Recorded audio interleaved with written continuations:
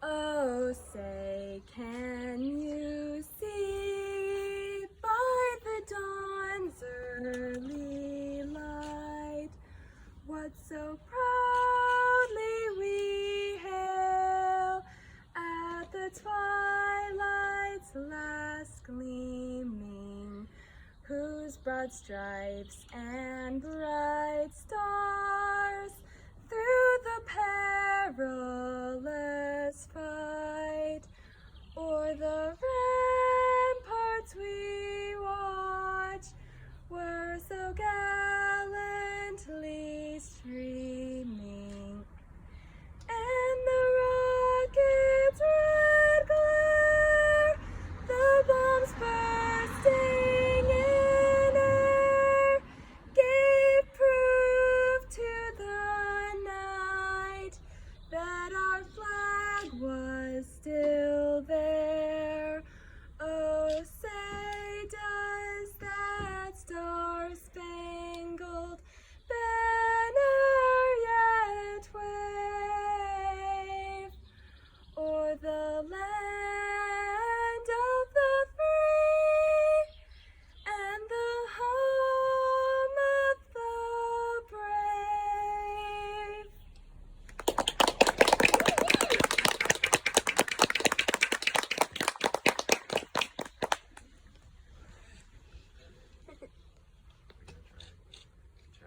Chaplain on the line.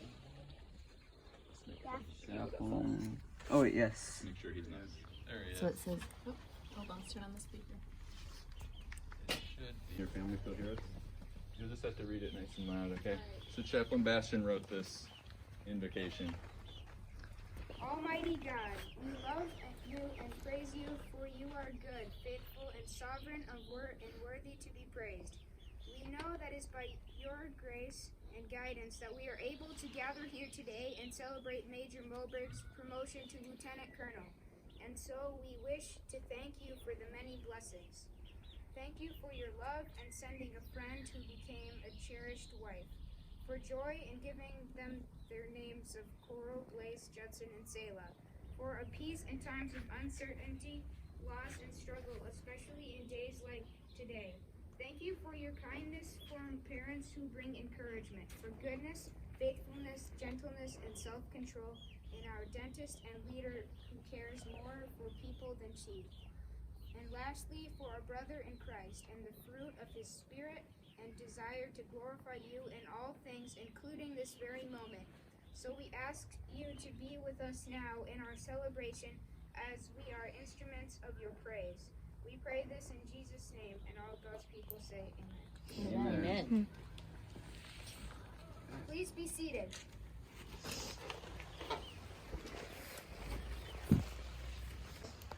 Before we begin, I'd like to take a moment to introduce our distinguished guests. Major Moberg's wife, Camille. Wait, Diddy. His daughters, Coral and Selah. His sons, Blaise and Judson.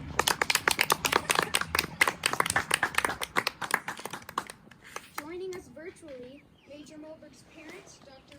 Gary Moberg, and his wife, Mrs. Lindell Moberg.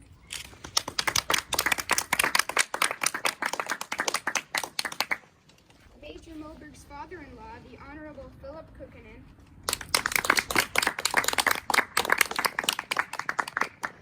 Ladies and gentlemen, I would like to recognize our distinguished guests representing the NATO Airborne Early Warning and Control Force. Lieutenant Colonel Zach McKissick, his wife Jamie, his sons Landon and Ridge, his daughters Barrett and Sparrow. Finally, we welcome all others joining us virtually, including commanders, chiefs, first sergeants, members of Team Geilenkirchen, family members, and friends who have taken the time out of their busy day to share in this special occasion.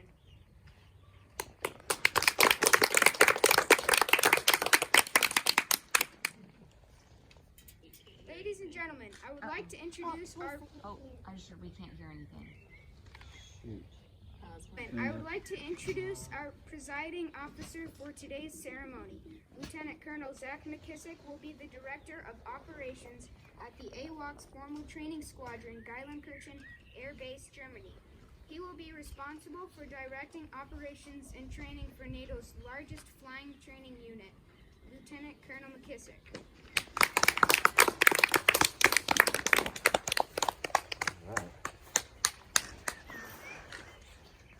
That stands adjustable too. If you Okay, good. like the lower one. Oh, now it's the right here. The other one. Yes. All right. Much better. Whew. All right. I'm gonna take this off. I'm a safe distance away. Thank you, guys, Moberg family. What a day, special day for the Moberg family. And it's a unique day as well. It's kind of different. I don't know, did you guys have a major pin-on ceremony? The kids were younger probably, so. Coral was wearing this outfit right here. Okay.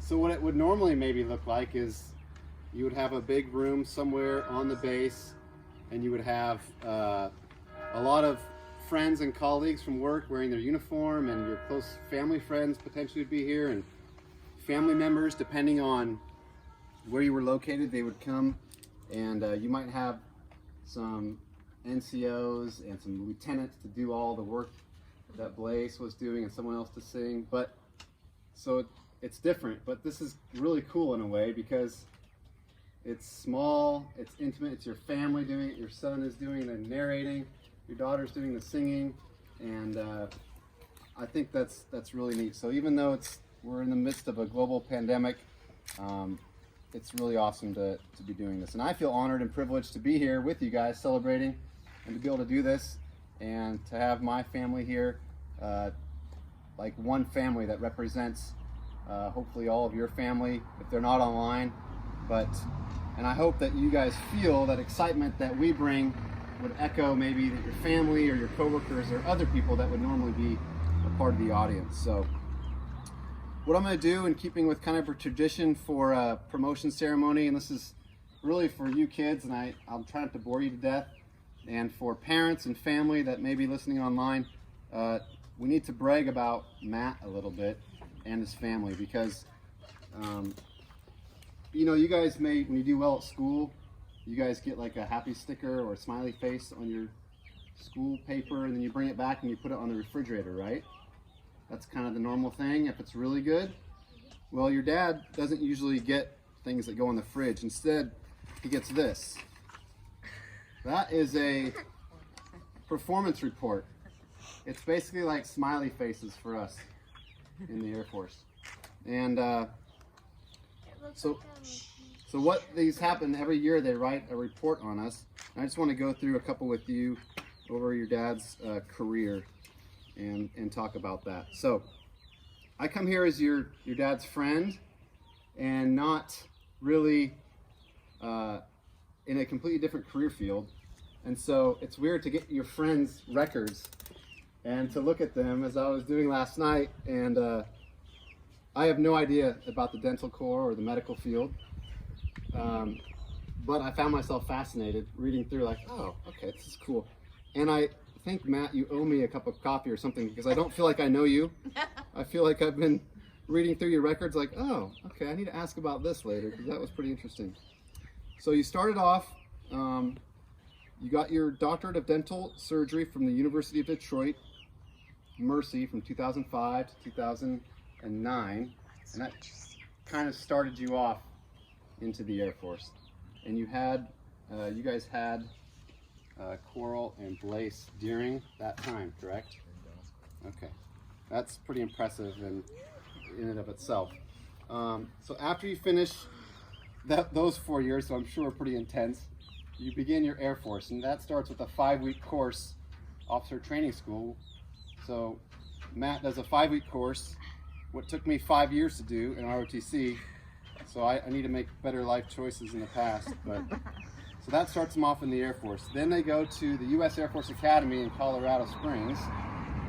Now, I had a question. Is this normal for all new dentists to go to the academy and practice your craft on cadets? Okay, it's not normal. I wasn't sure, because I'm reading it and I'm like, I'm glad I didn't go to the academy where all the new dentists come in and practice. But anyways, he spends 1 year there in residency, sort of, and then another year kind of as an assignment, practicing, cutting his teeth, if you will, on being a dentist in the Air Force. So from there, he begins his career. He's beginning to be recognized as the company grade officer of the quarter. He's recognized as superior performer. One bullet says that he introduced a more efficient system which decreased the out of class time for cadets by 50%, which is pretty cool, probably unless you're the cadet and they didn't like that stat. But he begins what is his dentist career in the Air Force. From there they move to Grand Forks, North Dakota. It's really here in this 3-year that Matt starts making a name for himself in the Air Force. He's garnering respect from his supervisors as a critical thinker, a team leader, innovative, and in the 2nd and 3rd year, he really starts ramping up in the Air Force, what we say, stratifications. So he's stratted against his peers. The first few reports, you just have these flowery words like, did great, awesome guy, love to know him. But then as you really get better, you begin to get stratified against your peers. And in the Air Force, this is the first time where it's really the metal meets the road, so to speak. So he's doing that, and he's just doing fantastic. He's number 1 of 4 dentists. He's number 1 of 25 company grade officers. He wins a 4th quarter award. He wins an annual award for the company grade officer of the year. That basically means all captains and lieutenants. He's number 1 out of those for the year of 2013. He's number 1 of 19 providers, and he's number 4 of 49 company grade officers at the end of the year. And so you kind of start to see at Grand Forks who Matt is becoming. And as I read through your reports, you had a lot of things, of course, with your primary job, dentistry. But then as the Air Force tricks us we have a specialty, whether it's dentistry or flying or working on airplanes or whatever your job may be, and we like that. But the Air Force makes us do other things. They make us do stuff that's not in our primary job. And you do excel at those things, and that's where your leadership really takes notice, and where you can see the character of who you are as a man and as an Air Force leader. During this time at Grand Forks, he gets picked up selected for dental residency program, which I can only imagine is a pretty competitive program. That's a 2-year residency within the Air Force where he basically gets paid to go back to school now and get another Master's of Science degree in a variant of dentistry. So one bullet out of all those 3 years that really spoke to me. It's kind of odd, but it talks to what the Air Force requires of us. And Matt delivered emergency care to 4 military working dogs. They had a problem with their teeth. So this is either a testament to how brilliant Matt is, or it's because the Air Force just makes us do things like totally outside of our job. Maybe a combination of both. But I'm guessing they were German Shepherds, and I'm terrified of German Shepherds. So how you were able to get in there and fix their teeth or whatever you did is amazing to me. So I'll have to ask you about that one later. And then also, I would be remiss to say at Grand Forks, Selah and Judd were born, correct? Both at? Judd was at the academy. Judd was at the academy, okay. And then Selah. So you guys rounded out the family of 4 children at Grand Forks. That's pretty exciting. So now he's off to Keesler, Mississippi for his 2-year advanced degree with 4 children and wife in tow. Cami, I'm sure that was I was at the beach. After You were at the North beach, Dakota, so it was I didn't okay. care. Okay, it was finally warm Yeah. after 3 years of being freezing cold. I don't know, Matt told me that Coral and Blaze missed the snow. Yeah? You guys do? All right, I don't know where they got that from. maybe we'll get a cold winter one of these times. But at Keesler, he's really establishing himself as an expert in dentistry, as well as the human interaction. So a lot of times you can be good at your craft, but you can't figure out the human side of it. And that's where Matt really excels. He's both. He's an expert in his trade, but then he's an expert at just hanging out with people and dealing with people and understanding what's going on. One of the bullets that was fascinating to me is you demonstrated amazing implant proficiency. You successfully placed 17 single tooth implants. So I'm either 17 is a big number, but what I want to know is which ones weren't successful? How many of those were there? Like, if 17 is this big deal, this must be a serious procedure. So I'll have to ask you about that later again. Something else about Matt, and you kids probably know this, he's very physically fit. And so when I was reading his physical fitness thing, it was 100%. He was scoring the top you can do. Now let me be honest with you guys. To get above 90 is pretty easy in the Air Force. And that keeps you from having to do it every 6 months. This is push-ups, sit-ups, and a 1.5 mile run. But to get 100, you have to run 6-minute miles or sub for 1.5 miles. So your dad can do that. I wouldn't race him, although you guys are probably getting close to being able to beat him. But I don't know what happened for the 2 years of residency. You're probably out of shape. I'll call it the out of shape years for Matt. But even with 4 children, getting an advanced degree in dentistry, he still managed to run a faster 1.5 mile than I've ever run, and gets a 97.9% anyways. So, yes, you totally rocked that assignment. Cammie, you took care of the kids so he could focus on studying, and that's just an impressive feat for your family, really as a whole. From there, you go to Maxwell, and your leadership duties begin to increase as the Air Force kind of molds you into being a senior officer. You spend 2 years there, ensuring the dental health of 5,000 beneficiaries. You achieve, again, several number 1 stratifications. So your dad is he's the number 1 out of everybody that's around him. He leads a dental team to clear 136 Marines in less than 6 hours. That's 1 Marine every 2.7 minutes by your team. which I can't even fill out the paperwork in 2.7 minutes. So you guys were really flying. And that speaks to who Matt is. He's focused on the mission. He's focused on getting people out the door, ready to serve in whatever capacity the military needs them to do, and by having healthy teeth, healthy bodies, and ready to go. One thing that maybe is secret, and I don't want to delay too much further, but you had a bullet that said you were hand-selected for the Corona liaison. Recorded classified documents. Were you a start of the virus? I don't know. It's a joke. The Corona is something else. After that, did you get selected to go to IDE during that tour at Maxwell? Or okay, so while you're there, you get selected. So he goes to IDE, which is Air Command and Staff College. For those of you that don't know, this is where all of the top 5% of officers in the Air Force get together for 1 year to study together, to learn military strategy, to learn what each other does, so that they can come out the other side, hopefully a more well-rounded leader, smart in all areas of the military and the Air Force, so that we can lead the next generation. So that is, hats off to you on completing that. Something I've never done, and is very competitive and hard to get into.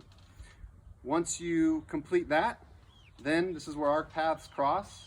You come to Geilenkirchen Air Base to run the clinic, which is kind of a weird remote clinic attached to another place in Europe, but you're excelling there as well. So I just want to take a couple more minutes and talk about 3 things that kind of tell Matt's story that he relayed to me yesterday, and we've been kind of talking about, and that's God, Air Force, and family. And so normally Matt and I would never know each other. Like, I would have come in 1 time per year to get my teeth cleaned, hopefully only 1 time per year, unless it's more than that, which would not be good for me. So there's very few circumstances other than Geilenkirchen where a guy like me and Matt would actually get along, or be able to see each other at work, be able to see each other outside of work. So that's been great and really cool to get to know Matt. And I'll tell you that he loves the Lord. And that's how our friendship has grown. We've developed a relationship. We've had meaningful conversations about Jesus, our families, our work in the Air Force.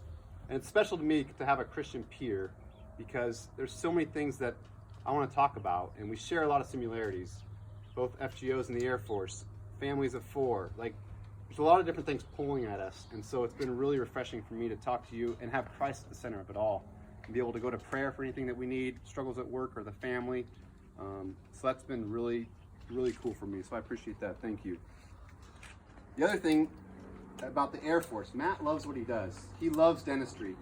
He loves it all. He loves having the technical expertise to take care of people, and he loves being able to calm fears, whether it's a toddler scared to like let you get in their mouth, or it's a 42-year-old man who just has sensitive teeth. You have Like Dad. ability, yeah, like me, exactly. You have the ability to really have, like I talked about before, that human interaction, which I think from a person that not in the medical field or lacks that expertise, it's really great to see, because you could be a fantastic dentist and not really care about the person, but the fact is you care about both. And then that leads into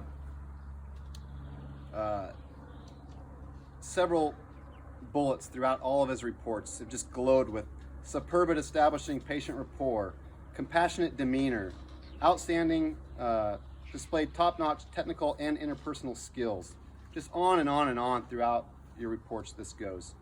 And then Air Force family, I'm not sure if anybody from your dental clinic here at Geilenkirchen will be watching this later, but what I would tell you is that, here's the camera, he cares about you more than you know. He's had sleepless nights to try to, and he's almost ferocious for you as he is for his own family. He cares about how you're valued, he cares about the workplace, he cares about getting the job done. So I just need you to know that he's not just there to collect a paycheck, to fix teeth, and get on with life. He's there to hopefully make the clinic at Geilenkirchen the best place that they can possibly be, that it can service the people it needs to service, and that the people that are working there can enjoy their time there. So know that from me, from a friend, not from a supervisor or anything else, that he cares about you. And then last, that brings me to family, and then I'll get off the stage because this is Matt's show, not mine. So Matt, he's a husband, father, he loves you kids, no doubt about it. And he loves you too, Cammie, no doubt about that. But specifically to Coral, Blaze, Judd, and Selah, your dad loves you very much. And the conversations that we've had about you guys and about how can I be a better father? What can I be doing? Here's where I'm struggling. Here's where I think it's going well. It's evident. In fact, he loves you so much that he loves watching you perform, whether it's sports, basketball, soccer, playing the piano, reading your Bible. He loves watching you so much so that if I'm trying to have a conversation with him and one of you is on the court or the soccer field, like, that's pointless. Because it's like, hey, Coral, go, or good shot, Blaze, or whatever it is. So that's pretty fantastic. He's all eyes on you all the time. And this doesn't happen without you, Cammie, as the partner, and Matt will get in all of more of this later, I'm sure, but to see you guys as a married unit, strong, leading your children, and just supporting them all the way. Matt and I both know that we can't get here without the support of a loving wife and loving children. So that's mean the world to him, and I know he would say that there's no way that he's here today, or maybe he's here today limping along, not enjoying the fruits of what the Air Force could have provided without you guys being here every step of the way. So, in conclusion, finally, I hope that you have learned a little bit more about your husband, about your dad, about your son, about whoever's watching. But I know for you guys, wherever the Lord takes you and your family, I know you're going to do it well. No doubt about it. And again, I am honored to be here. I'm honored to have my family here. And I hope, like I said before, that we could share some of the excitement that maybe some of your closer friends from around the world, or mom and dad, or aunts and uncles that probably wish they could have been here and might have been here without this global pandemic going on. So let's go to the next thing, and we'll take the oath of office.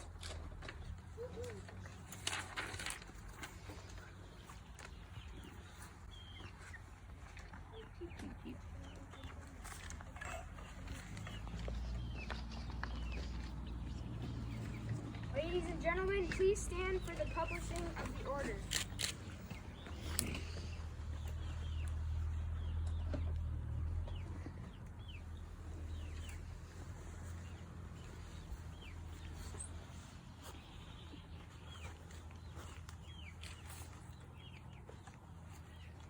Okay, publish the orders. Attention to the orders. The President of the United States, acting upon the recommendation of the Secretary of the Air Force, has placed his special trust and confidence in the patriotism, integrity, and abilities of Major Matthew T. Moberg. In view of these special qualities and his demonstrated potential to serve in the higher grade, Major Moberg is promoted to the grade of Lieutenant Colonel at United States Air Force, effective for 21st day of May 2020, by order of the Secretary of the Air Force.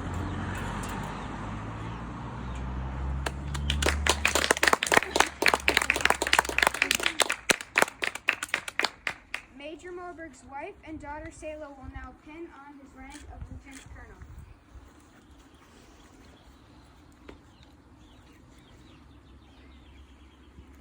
Hold right there, guys. I need to get out of this one.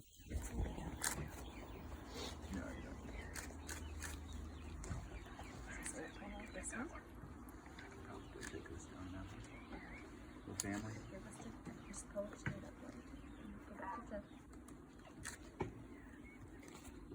Block, sorry. Yep. Yeah, stem out. I like the tongue hanging outside. Tells me you're doing it right. Just like Mary, move to the left, Mary. Hey, Judd, can I get your little feet? There we go. Let's take a step forward. There we go. Good job, say. We don't even have to get the clips on if it's too hard. Yeah, if you just gotta push it in, that's fine. All right. You got 'em? Good job, Mama. Those things are not easy to get on. Mm-hmm. Not steady. Don't lose it in the grass. I said that earlier. It's funny. Mm-hmm. Good work, Saint.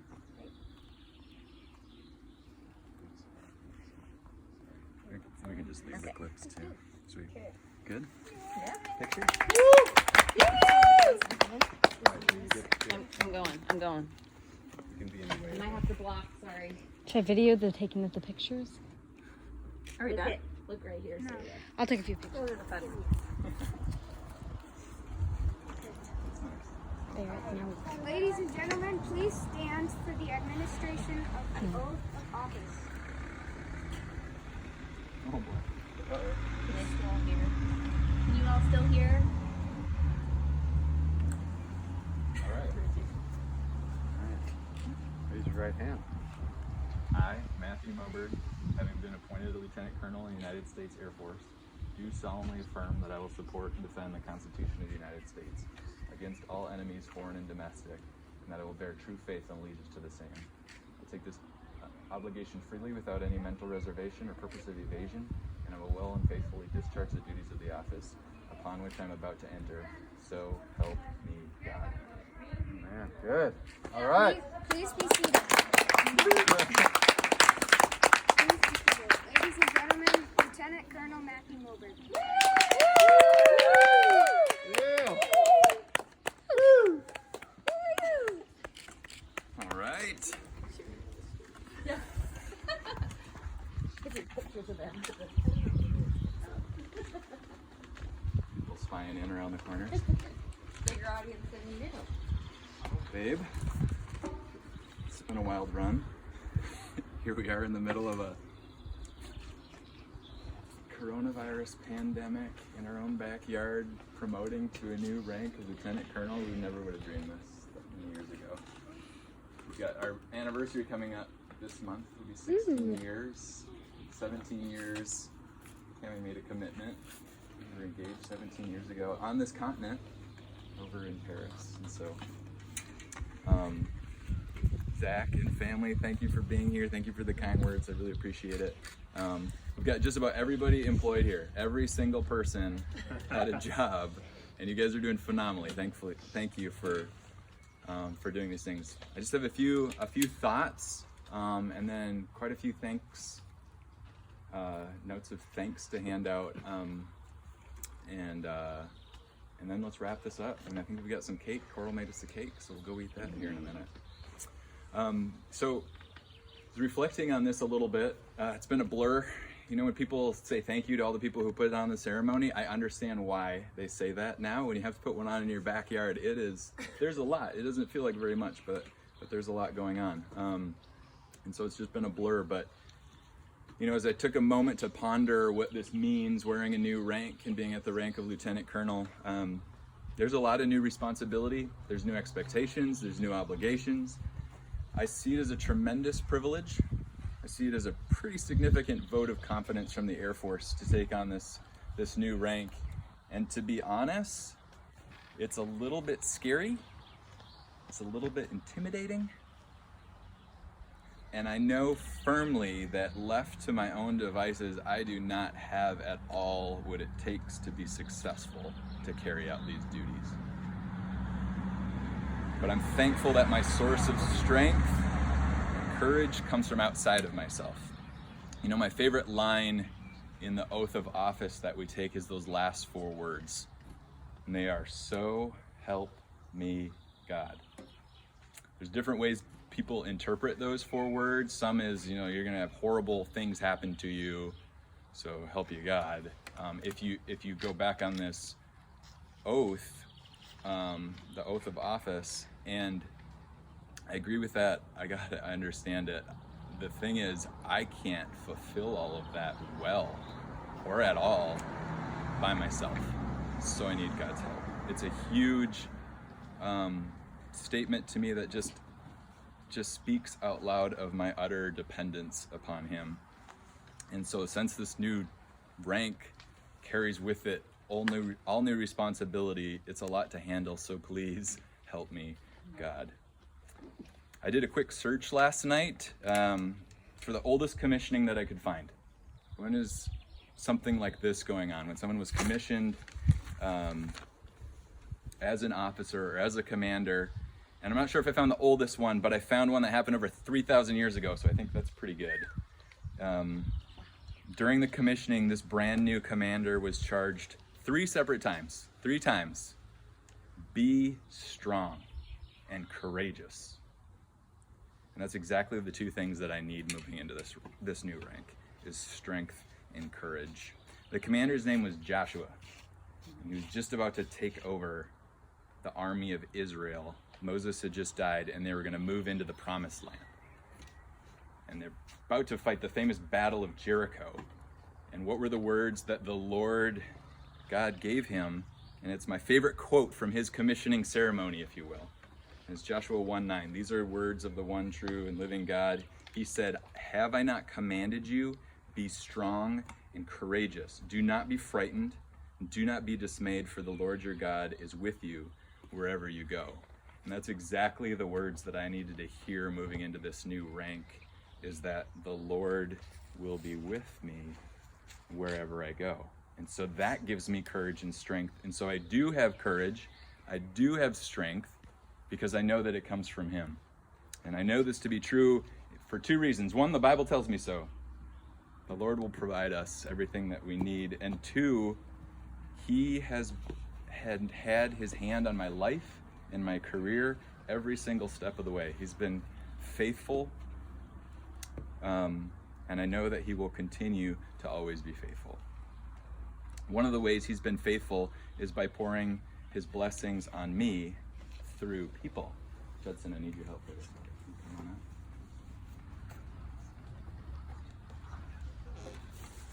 So, the first person that I would like to give credit to for being the most important person in my life, and that is my wife, Camille. Thank you, honey.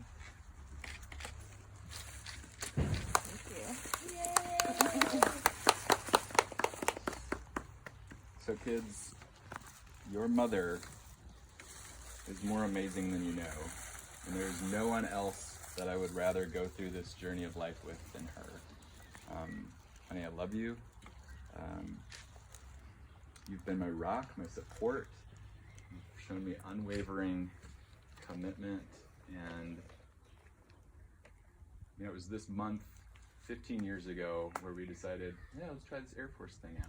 You've been with me every single step of the way. None of my successes really have much to do with me. I give credit to the Lord. I give credit to you who supported me through all of it, pushed me through it, and challenged me, and made me a better man than I could possibly be on my own. So thank you to you. You've been my joy, my better half in every sense of the phrase, and I am so pleased with you. Coral, come on up. You can stand up here with me.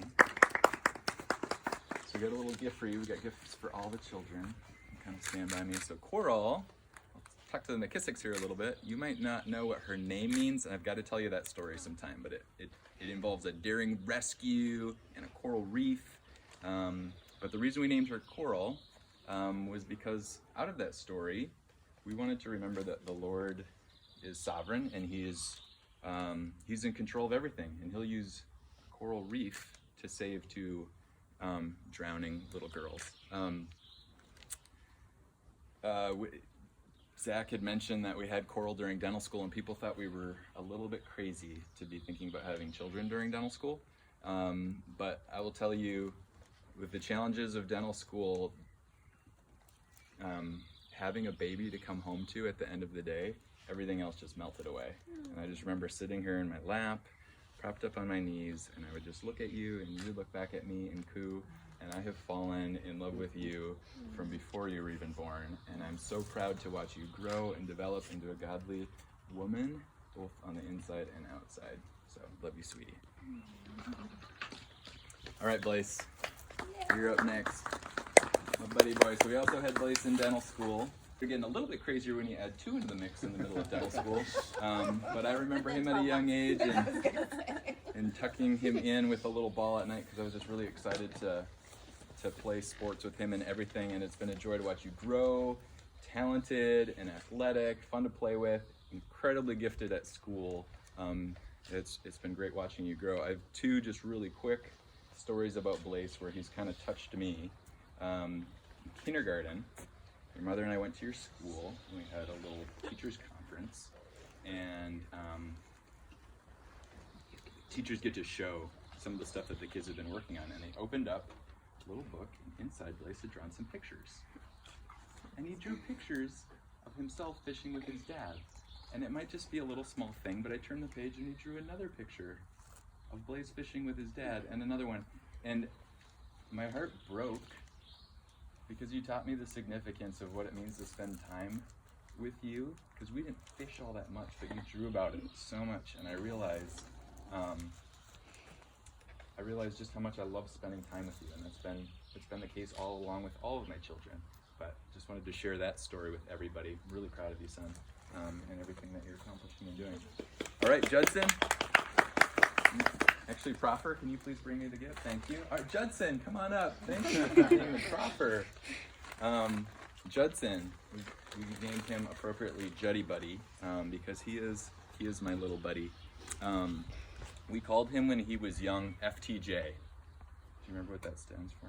Full-time job. Full-time job. That's what we called him. I remember one time when Cammie and I were trying to get away, and we needed to have some help watching the kids. And the fair split was 3 kids to one family and Judson to the other. I think it was Judson went to my family and the other 3 went to Cammie's family, and that was the fair split because he's been a full-time job. But Judson has gone from full-time job to now he's pretty independent. He does everything himself, and I've seen him grow and change in so many different ways. And just one quick story about Judson, because it's recent, and it's in the last year, but Judson likes Dogman books, and he read them almost 24/7, all the time. He would just open these books and read them and read them and read them and read them. But we could see that Judson was getting goofy all the time, and so we took those books away. And I didn't know how I would handle something like that being taken away from me, because he valued those things so much, but he handled that so incredibly well. And you were actually a huge encouragement to your dad on how to deal with things like that. And since then, you've just been blossoming and growing as a young boy and growing into a big boy and an older boy and soon to be a young man. And I'm so proud of you, Judd. And I love you very, very much. All right, sweet Selah May.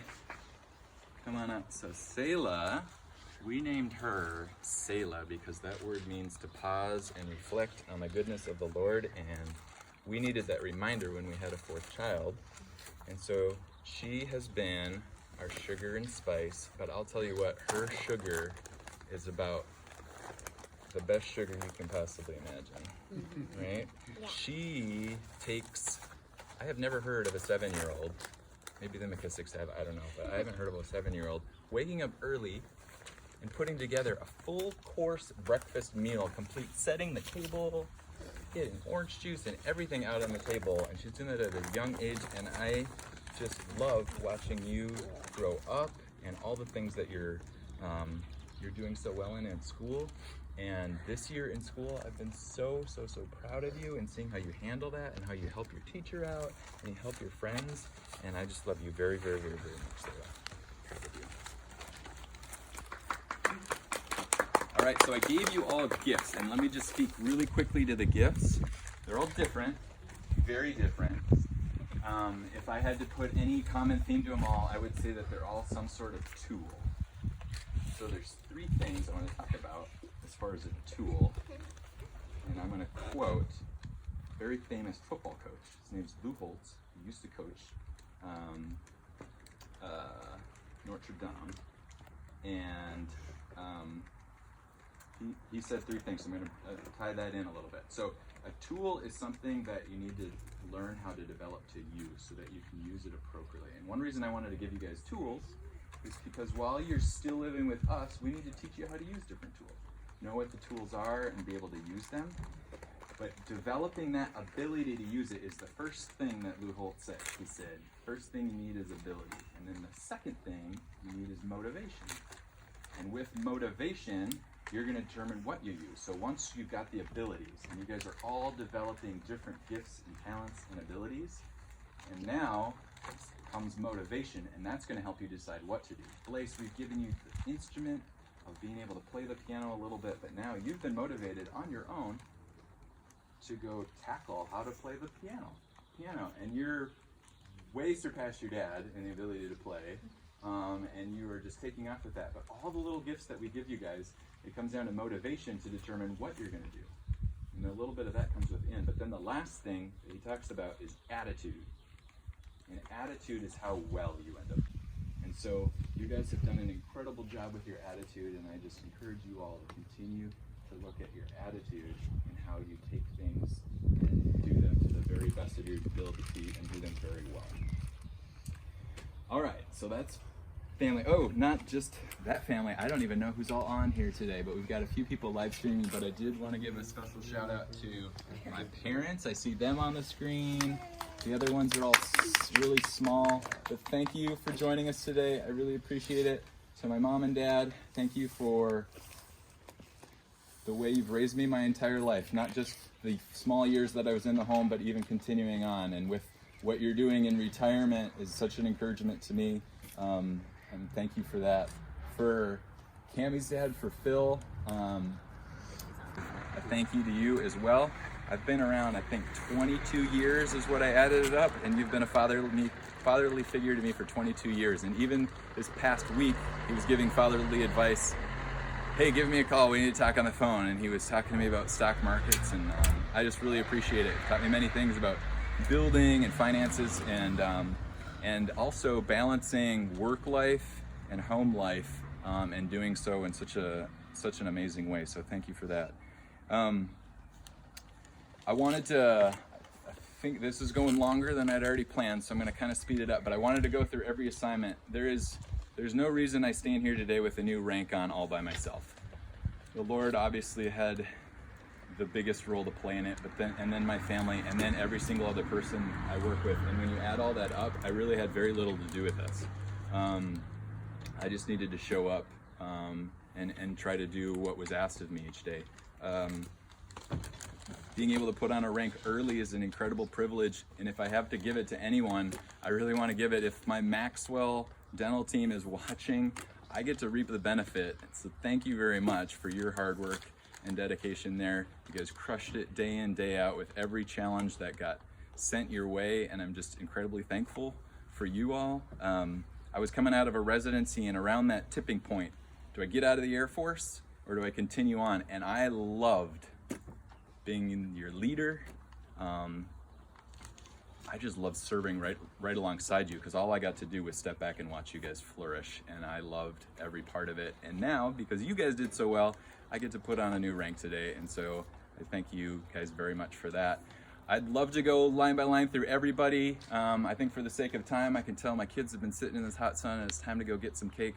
But for my resident mates, for Colonel Bailey, who pulled me out and decided to make me her exec, for Tim Carlson, who we shared an office with in Grand Forks and decided to continue to go on beyond our minimal commitment in the Air Force. And there are just way too many other names to thank for all of this. But I appreciate all of you, and thank you for pouring into our life. And honey, if we even just started to go through some of our friends outside of work, there's just too many to thank. Be here for another hour. We would be here way, It's too hot. way long. And I planned to a little bit, but I think we've gone long enough. All right, but to my local staff here, in case you're tuning in and watching, I wanted to give a special thank you to the Lieutenant Colonel Bellamy. Sir, thank you for entrusting the clinic to me. But I want to just give a special thank you to you for those mentoring sessions.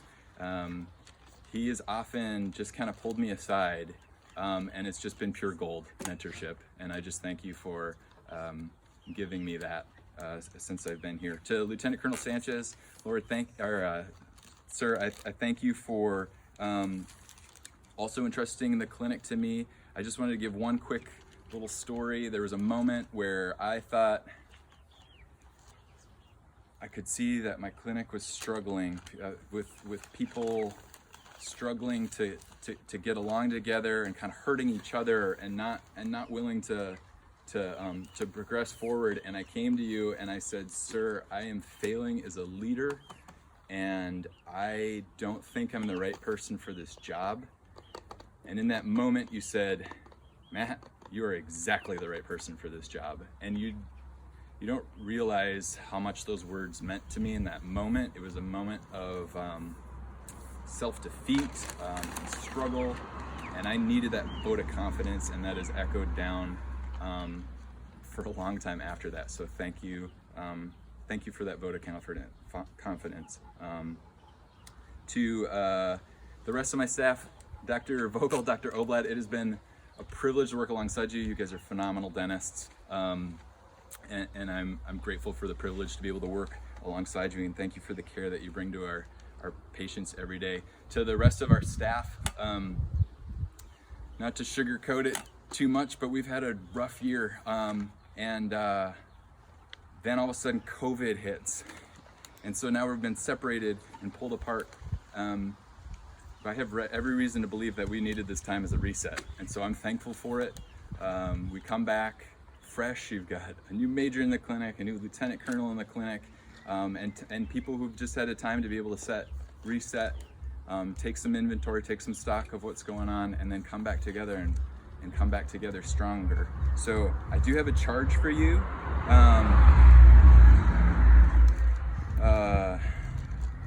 Encourage you. You can choose when we come back to dwell on the past, or we can choose to make today better, and we can choose to make tomorrow better. And I encourage you to choose the latter, to choose for making a better day today and a better day tomorrow. And here's my commitment to you. With new rank comes new responsibility. We've got a sign in our house. It says, "As for me and my house," but it begins with, "Choose this day whom you will serve. But as for me and my house, we will serve the Lord." And so what does that mean? That means He taught me an example of what it means to sacrificially lead by sending His only Son to die. Greater love has nobody than they would lay their lives down for someone else. And so my commitment to you is to try to do that, to try to lay myself down for you all and put you above myself, and try to do that to the best of my ability. So to everybody who's able to join us virtually, to everybody who had a role and did such a phenomenal job with it, Blaze, seriously awesome. Coral, I don't know how I kept it together up here when you were crying. That was beautiful. That's thank you for proffering. What's that? Her singing? Yeah, what it is. What? I almost started crying when she was singing. It was very hard to hold it together. It was beautiful, Coral. So thank you to everybody. Blaze, back over to you. Let's get this thing wrapped up so we can go eat some cake.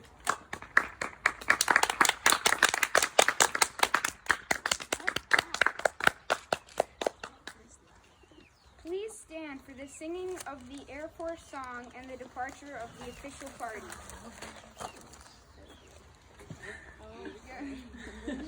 Off we go into the wild blue yonder, climbing high into the sky.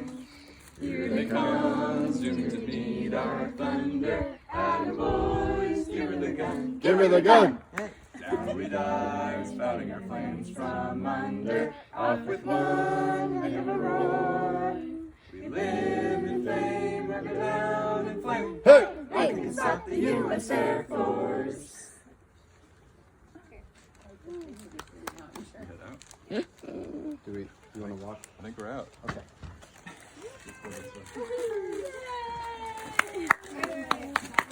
You guys are incredibly patient. Wonderful. Just the official party is leaving. Daddy, just the official party. Please sit. Please sit. Ladies and gentlemen, this concludes today's ceremony. Please join us for a socially distanced reception and offer your congratulations to Lieutenant Colonel Moberg and his family. Again, thank you for attending.